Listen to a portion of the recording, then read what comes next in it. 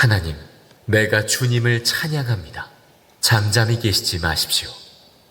악한 자와 속이는 자가 일제히 나를 보고 입을 열어 혀를 놀려서 거짓말로 나를 비난합니다.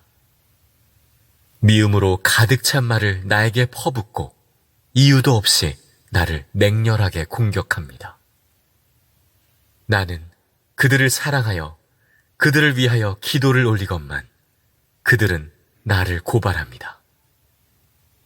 그들은 선을 오히려 악으로 갚고 사랑을 미움으로 갚습니다. 주님, 나를 고발하는 자와 나에게 이런 악담을 퍼붓는 자들이 오히려 그런 저주를 받게 해주십시오. 주님은 나의 하나님이시니 주님의 명성에 어울리게 나를 도와주십시오. 주님의 사랑은 그지없으시니 나를 건져주십시오. 나는 가난하고 빈곤합니다. 내 마음이 깊은 상처를 받았습니다. 나는 석양의 기운은 그림자처럼 사라져가고 놀란 메뚜기 떼처럼 날려갑니다. 금식으로 나의 두 무릎은 약해지고 내 몸에서는 기름기가 다 빠져서 수척해졌습니다. 나는 사람들의 조속거리가 되고 그들은 나를 볼 때마다 머리를 절레절레 흔들면서 멸시합니다. 주 나의 하나님, 나를 도와주십시오. 주님의 한결같으신 사랑을 따라 나를 구원하여 주십시오. 주님, 이것은 주님께서 손수하신 일이며 바로 주님이 이 일을 이루셨음을 그들이 알게 해 주십시오. 그들이 나에게 저주를 퍼부어도 주님은 나에게 복을 주십니다. 그들은 치려고 일어났다가 부끄러움을 당하여도 주님의 종은 언제나 즐거워하게 해 주십시오.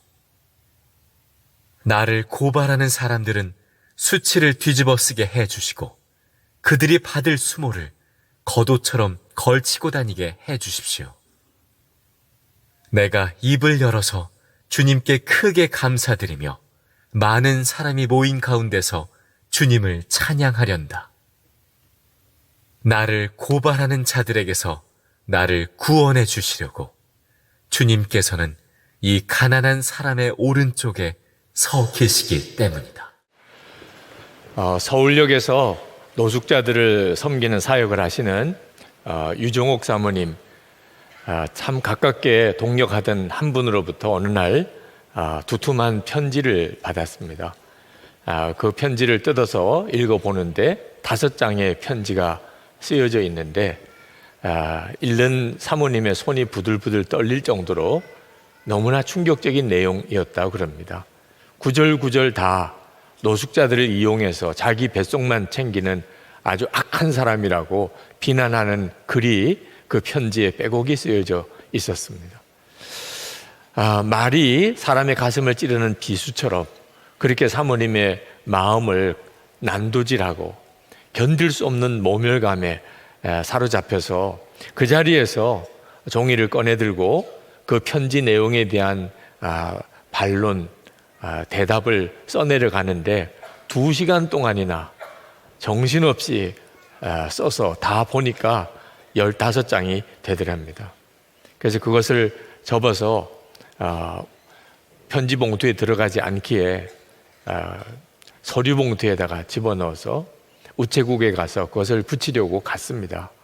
이제 풀칠을 해서 붙이고 우표를 붙이고 주소를 쓰고 그리고 이제 접수를 하려는데 주님의 음성이 들리더랍니다.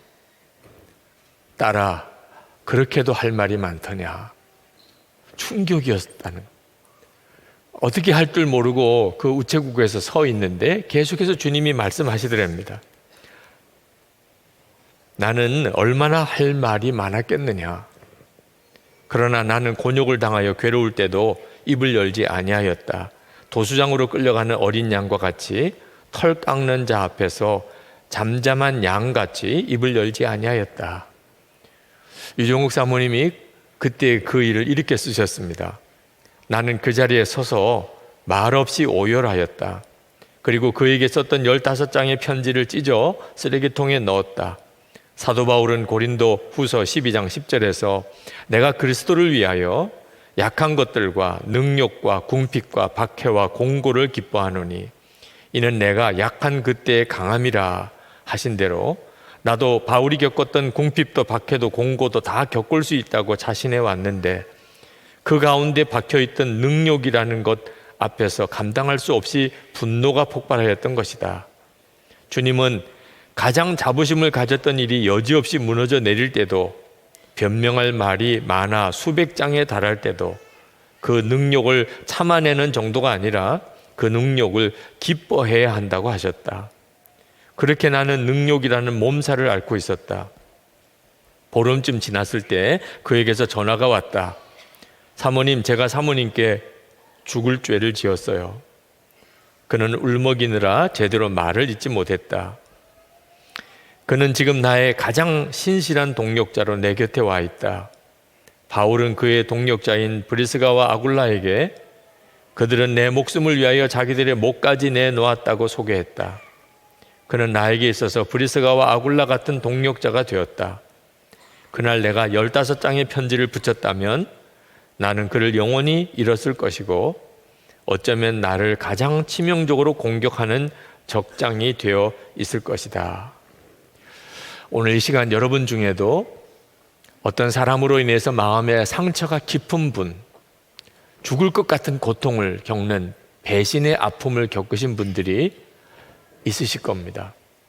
디모데후서 3장 1절부터 4절까지 보면 마지막 때가 되면 사람들이 다 자기를 사랑하고 돈을 사랑하고 은혜를 잊어버리고 그리고 배신하게 될 것이라고 말씀하고 있는데 지금이 꼭 그와 같은 때가 되었습니다.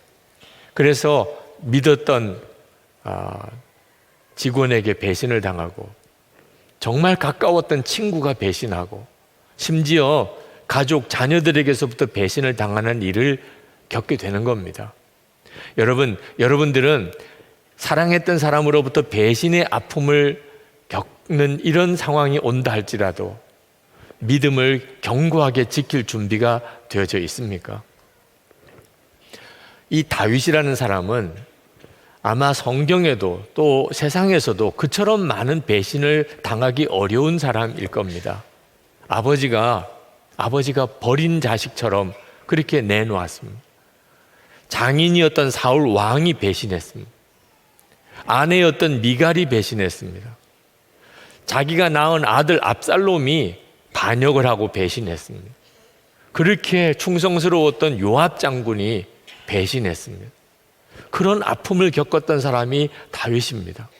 그 다윗의 심정이 어떠했는지 2절부터 3절에 이렇게 말씀합니다. 악한 자와 속이는 자가 일제히 나를 보고 입을 열고 혀를 놀려서 거짓말로 나를 비난합니다. 미움으로 가득 찬 말을 나에게 퍼붓고 이유도 없이 나를 맹렬하게 공격합니다. 다윗이 다 사랑했던 사람들입니다. 그리고 지금도 그들을 위해서 기도하고 있는 사람들입니다. 4절에 나는 그들을 사랑하여 그들을 위하여 기도를 올리건만 그들은 나를 고발합니다. 그들은 선을 오히려 악으로 갚고 사랑을 미움으로 갚습니다. 그렇게 사랑하고 기도했는데 돌아오는 것은 무서운 저주였습니다. 6절부터 19절까지 이 다윗의 대적자들이 다윗에게 했던 무서운 저주의 기도가 나옵니다. 그걸 다 읽기가 어려워서 몇 구절만 여러분에게 소개해 드립니다.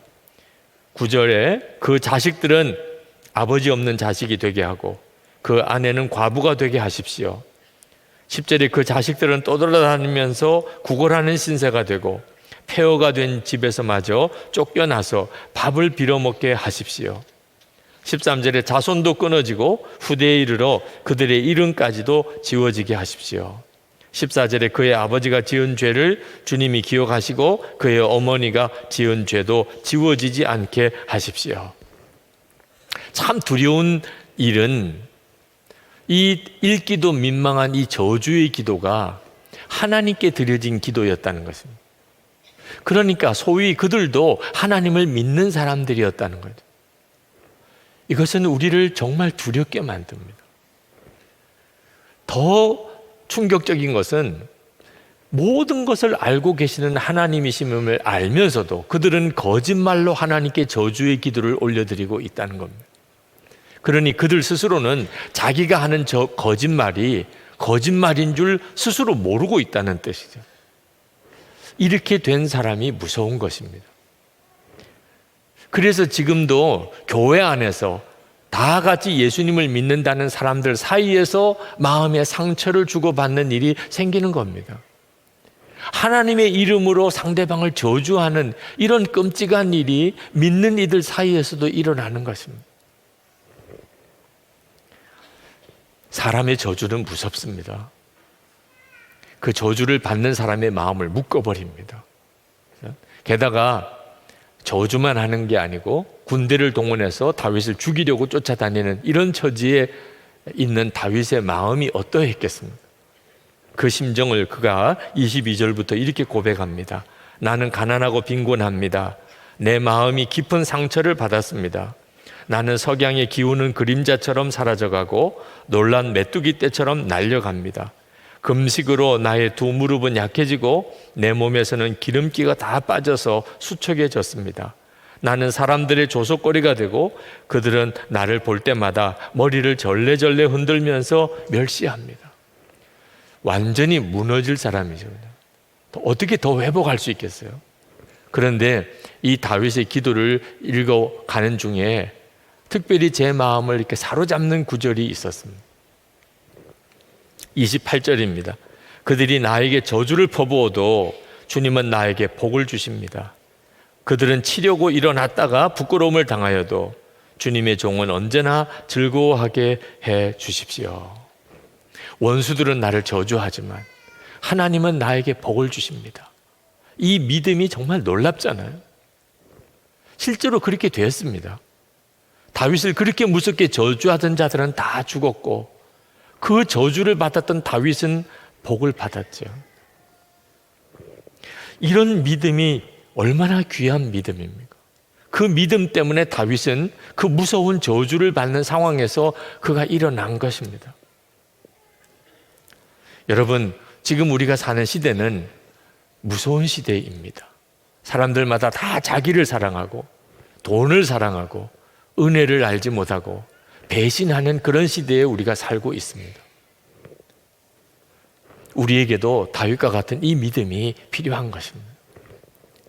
다윗이 이런 기도를 하나님께 드릴 수 있었던 것은 다윗에게 어떤 믿음이 있었는데 그것은 하나님께서 오른쪽에서 자기와 함께 계시다는 확신이었습니다. 그래서 그는 하나님을 찬양하면서 이렇게 선포합니다. 30절에 내가 입을 열어서 주님께 크게 감사드리며 많은 사람이 모인 가운데서 주님을 찬양하련다. 나를 고발하는 자들에게서 나를 구원해 주시려고 주님께서는 이 가난한 사람의 오른쪽에 서 계시기 때문이다. 하나님은 언제나 다윗의 오른쪽에 서 계셨습니다. 그런데 더 중요한 것은 다윗이 그것을 진짜 믿었다는 것입니다. 다윗에게 그게 믿어졌다는 거예요. 하나님이 다윗의 오른쪽에 서 계셔도 다윗이 그게 믿어지지 않으면 그게 무슨 힘이 되었겠습니까? 다윗이 이런 믿음을 갖게 된 것은 한순간에 이루어진 일이 아닙니다. 다윗은 아주 어렸을 때 아버지로부터 거의 버림을 받은 존재였습니다. 다윗에게는 형들이 많았는데도 그 추운 들판 한밤중에 양들을 치게 하는 것은 이 막내 다윗이었습니다. 다윗은 아버지로부터도 버림을 받은 심정이었습니다. 아마 다윗은 양을 치지만 양들이 부러웠을 겁니다. 왜냐하면 양들에게는 그래도 목자가 있지 않습니까? 그러나 나는 도대체 누가 거두어주고 누가 나를 보호하고 지켜주나 말이에요. 그때 다윗이 하나님을 바라보게 됩니다. 그 어린아이가 그 들판에서 한밤중에 바라볼 분은 하나님밖에 없었습니다. 그는 하나님을 찬양하고 하나님께 기도하고 하나님만 의지했습니다. 그러면서 그 다윗 안에 함께 하시는 하나님에 대한 믿음이 커간 거예요. 이제는 하나님이 나와 함께 계시다는 확신이 들었습니다. 그러니까 골리앗, 구척장신 골리앗도 무섭지 않았던 것입니다. 사무엘하 16장에 보면 다윗이 아들 압살롬이 반역을 했을 때 어떻게 아버지가 아들과 싸워서 아들을 죽이겠습니까? 아들 압살롬에게 예루살렘 성을 고스란히 내주고 그리고는 피신을 갔습니다.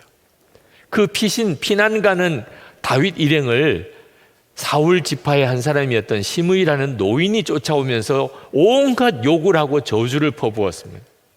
다윗의 신하들이 듣다 못해서 그 시므이를 죽이려고 하니까 다윗이 오히려 막아버렸습니다. 그 신하들을 붙잡았습니다. 다윗이 이렇게 말했습니다.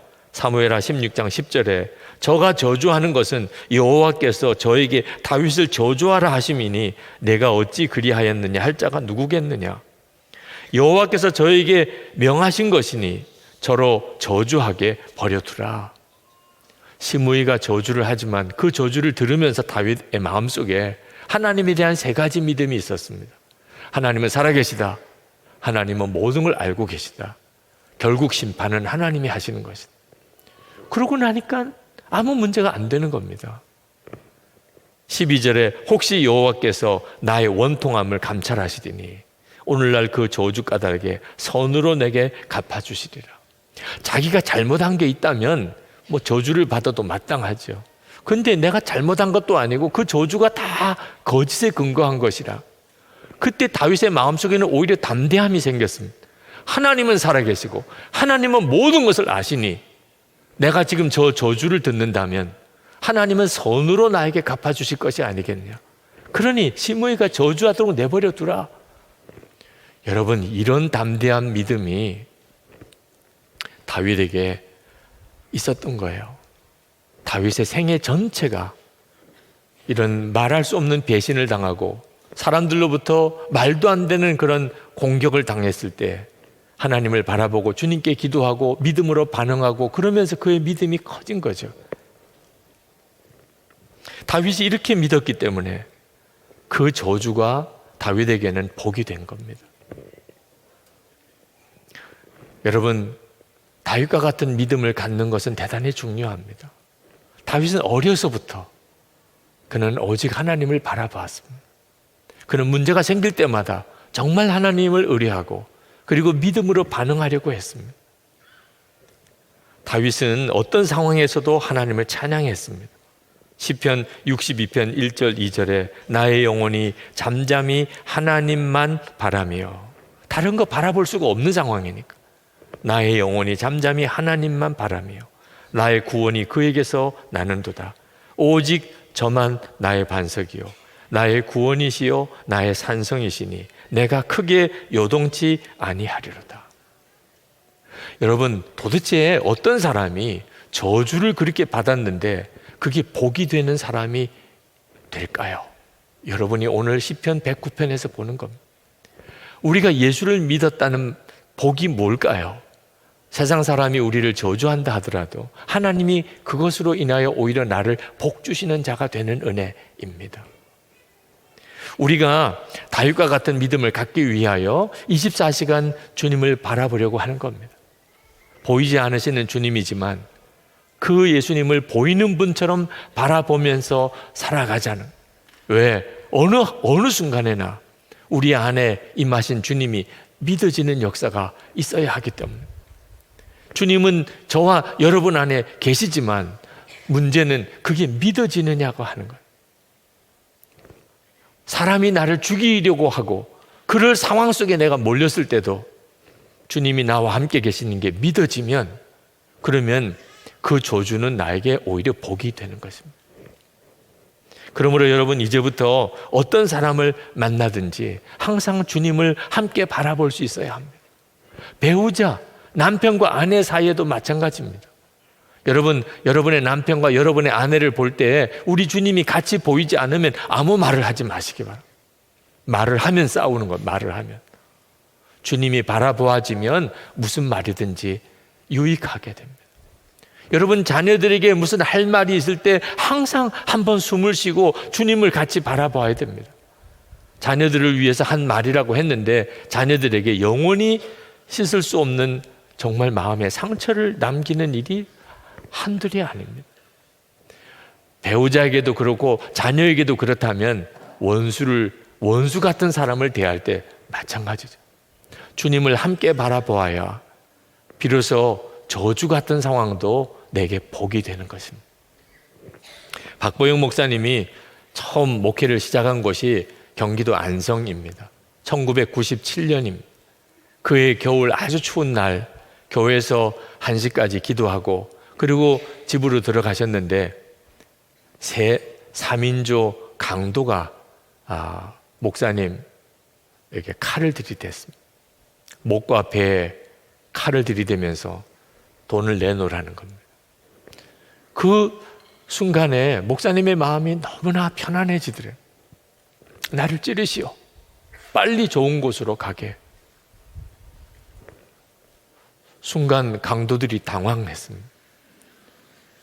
정적이 흘렀어요. 어떻게 해야 될지를 몰라 하는 겁니다. 영화 같은 일이 벌어졌습니다.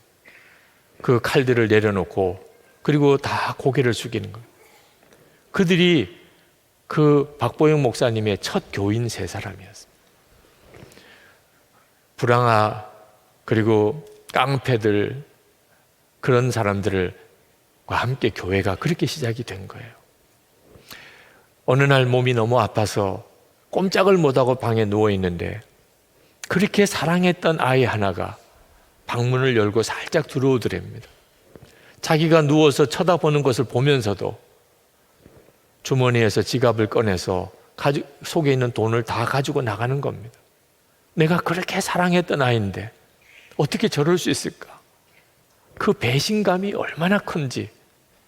나중에 그 아이가 왔을 때 그동안 가지고 있었던 돈 다 모아서 그 아이에게 주면서 이거 다 가져가라. 내가 가지고 있는 모든 것이다. 그러나 나는 너와 함께 살 수는 없다. 너무너무 배신감 때문에 그 아이와 함께 살 수가 없었다는 거예요. 근데 그 아이가 주일마다 예배를 드리러 오는 거예요. 그 아이를 볼 때마다 마음이 괴로워지기 시작했어요. 어느 날 우리 주님은 나 같은 자도 십자가에서 용서하고 사랑하셨는데 내가 어찌 이 아이를 용서하지 못했을까? 그래서 그 아이 앞에 무릎을 꿇고 내가 너를 미워했었다고 고백하고 회개하고 용서를 구했다는 것입니다. 박보영 목사님이 그렇게 할 수 있었던 것은 할아버지 목사님 때문입니다. 39세에 박보영 목사님이 회심하고 목사가 되는 길로 들어섰을 때 그렇게 자기가 목사가 되기를 원했던 할아버지 박용익 목사님이라 계신데 그 목사님을 찾아뵀습니다. 할아버지, 제가 이제 목사가 되려고 합니다. 그 할아버지가 얼마나 기뻐하시는지. 그러면서 3가지 부탁을 하더래요. 첫 번째는 사랑할 수 없는 사람을 사랑하시게, 용서할 수 없는 사람을 용서하시게. 두 번째, 겸손하게 낮은 자리로 내려가서 섬기시게, 어떤 변명도 하지 마시게. 세 번째, 그리고 성자가 되시게. 박보영 목사님이 할아버지 목사님이 부탁하신 그 3가지 말씀을 지키려고 애를 썼다는 겁니다. 한 번은 의붓 아버지와 그 아들에게 성폭행을 당하고 버려진 여자아이가 있는 걸 보고 그 교회 공동체에 거두었습니다. 그 부모가 온갖 나쁜 말을 하면서 항의를 하고 그래도 그걸 다 감수해 가면서 그 아이를 보호해 주었습니다. 그런데 중3이 되었을 때 군에 갔다가 휴가 나온 그 의붓 오빠 품에서 열흘 동안을 보낸 거예요. 그리고는 몹쓸 성병에 걸렸습니다. 학교 양호실에서 그게 드러나서 상담을 하는데 도대체 누가 이랬냐 너에게. 다급하게 나온 이야기가 목사님이 그랬다는. 그 누명을 쓰고 학교에서 정말 못된 목사라고, 동네에서 정말 상종 못할 사람이라는 손가락질을 받았습니다. 그래도 그 아이에게 의붓 오빠가 그랬다 그러면 학교도 못 다닐 수도 있으니 그래, 내가 그랬다 그래라. 무슨 일이 있어도 내가 그랬다 그래라. 그러고 지나갔습니다. 그 아이가 죄책감에 견디지 못해서 있는 사실 그대로를 이야기함으로 목사님의 누명이 벗겨졌습니다. 그리고 오히려 더 존경과 신뢰를 받게 되었습니다. 근데 문제는 교회 안에 문제가 생겼어요. 그 불황아들 외에 그냥 일반 성도 한 집사 내외가 있었는데 그 아이와 함께는 교회를 못 다니겠다는 겁니다. 목사님, 그 아이를 내보내셔야 됩니다. 이런 아이와는 함께 교회 못 다니겠습니다. 중국집 식당을 하시는 집사님 내외인데 완강하게 그 말씀을 한, 그리고 그 아이를 안 내보내면 자기들이 나가겠다는 겁니다. 그 일로 인해서 깊은 고민을 했습니다. 그러나 그 집사 내외는 중국집 식당까지 하시는 분이니 어느 교회를 가도 다 환영받을 것이고 이 아이는 내쳐버리면 갈 데가 없습니다. 그래서 그 집사님께 이야기를 했다고 그래요. 저는 이 아이를 내보낼 수가 없습니다. 그 집사님이 그럼 우리가 나가겠다고 그랬어요. 그 집사님이 교회를 나간 날 새벽 기도가 끝나고 그 집사님의 식당에 찾아가서 그 집사님을 위해 간절히 축복 기도해 주었습니다. 주님이 정말 나와 함께 계시고 복은 주님이 주시는 것인 줄 믿는 믿음이 아니면 어떻게 그렇게 할 수 있겠습니까? 주 예수님을 믿는다는 것은 정말 놀라운 일입니다. 여러분, 여러분의 자녀들이 여러분들을 다 지켜보고 있습니다. 부모님이 무슨 어려움을 겪는지, 부모님이 지금 어떤 형편에 있는지 자녀들도 알 것은 대부분 다 압니다. 중요한 것은 그와 같은 때에 우리 예수 믿는 우리 엄마 아빠가 어떻게 말하고 판단하고 행동하느냐 하는 것. 거기서 그 아이들이 하나님을 만나게도 되고 하나님을 잃어버리게도 되는 것입니다. 우리 엄마 아빠가 어제는 어떤 사람이었고 오늘은 어떤 사람이 되었는지 아이들이 다 압니다. 거기서 우리 아이들은 하나님을 만나는 것입니다. 우리는 무슨 말을 하든지 무슨 행동을 하든지 지금까지 내가 받아왔던 믿음의 훈련, 소망의 훈련, 사랑의 훈련의 결정체인 겁니다. 매일매일이 그렇습니다. 벤자이어 목서가 쓴 생명과 사랑의 선물이란 책에 이런 이야기가 나옵니다. 어떤 사람이 화가에게 찾아가서 그림을 이렇게 보다가 이 그림은 도대체 얼마 만에 그리셨나요? 라고 물었습니다. 그때 그 화가가 잠시 머뭇거리다가 36년이 걸렸습니다. 그렇게 대답을 했어요. 그 화가의 나이가 36세입니다. 화가가 그림을 그리는 것은 그 화폭에다가 붓에 물감을 찍어서 그 화폭에 칠하는 것, 그 기간이 그림 그리는 기간이 아니라는 것. 어려서부터 지금까지 살아오면서 그가 겪었던 모든 삶의 결정체, 그가 깨달았고 배웠고 훈련받았던 모든 것의 결정체가 그 순간에 그가 그리는 그림 속에 담겨 있다는 거죠. 여러분, 우리가 정말 그렇습니다. 이번 한 주간도 또 우리가 어떤 사람을 만나겠고 무슨 일을 겪을 것입니다. 그때 내가 행동하는 것, 결정하는 모든 것은 여러분의 믿음의 결정체입니다. 여러분이 그동안 얼마만큼 하나님을 믿었는지, 어떤 훈련을 받았는지, 무엇을 깨달았는지 그것의 결정체인 것입니다. 그럴 때 하나님은 우리를 통해서 역사하시게 됩니다. 오늘 이 자리에 여러분 중에 정말 사랑하는 사람으로부터 배신의 아픔을 겪고 그 고통 중에 있는 분이 혹 계십니까? 사람의 말 한마디 때문에 어떤 사람의 어떤 행동으로 인해서 마음에 깊은 상처를 가지고 있는 분이 있습니까? 오늘 해결해야 됩니다. 여러분, 이거 언제까지 가지고 있으면 안 됩니다. 여러분의 마음속에 사람에 대한 미움과 원망과 배신, 억울함, 슬픔이 있으면 하나님의 역사하심에 걸림돌이 됩니다. 하나님의 말씀대로 살 힘을 다 잃어버리게 되기 때문에 하나님의 말씀대로 살 수 없는데 어떻게 하나님이 복을 주실 수 있습니까? 사람으로부터 받은 저주도 억울한데 하나님으로부터 복도 받을 수 없다면 도대체 이게 얼마나 억울한 일입니까? 그래서 우리 주님은 우리 마음속에 있는 원통함을 치유해 주십니다. 다윗이 그랬죠. 하나님이 내 곁에, 오른쪽 곁에 서 계시다는 믿음이 다윗을 견뎌낼 수 있게 해주신 겁니다. 복이 되게 만든 거죠. 오늘 이 시간 여러분 속에 마음의 상처가 있으신 분들은 주님이 치유해 주시기를 믿으시기 바랍니다. 여러분 정말 그런 은혜가 내게 임하기를 원하는 분들은 자리에 일어나시기 바랍니다. 사람으로부터 인해서 받았던 마음의 상처, 정말 잊어버릴 수 없는 그런 나쁜 기억, 그것 때문에 지금도 괴로운 사람, 잊어지지 않는 사람, 그게 하나님의 은혜에 걸림돌이 된다고 느끼는 분들은 오늘 해결 받으시기 바랍니다. 그동안 여러분이 들었던 것, 본 것 중에 주님으로부터 오지 않은 것들은 주님의 보혈로 씻음을 받게 되기 바랍니다. 그리고 여러분 이제부터 정말 주님을 바라보고 살아야 합니다. 항상 주님을 주목하고 사시기를 바랍니다.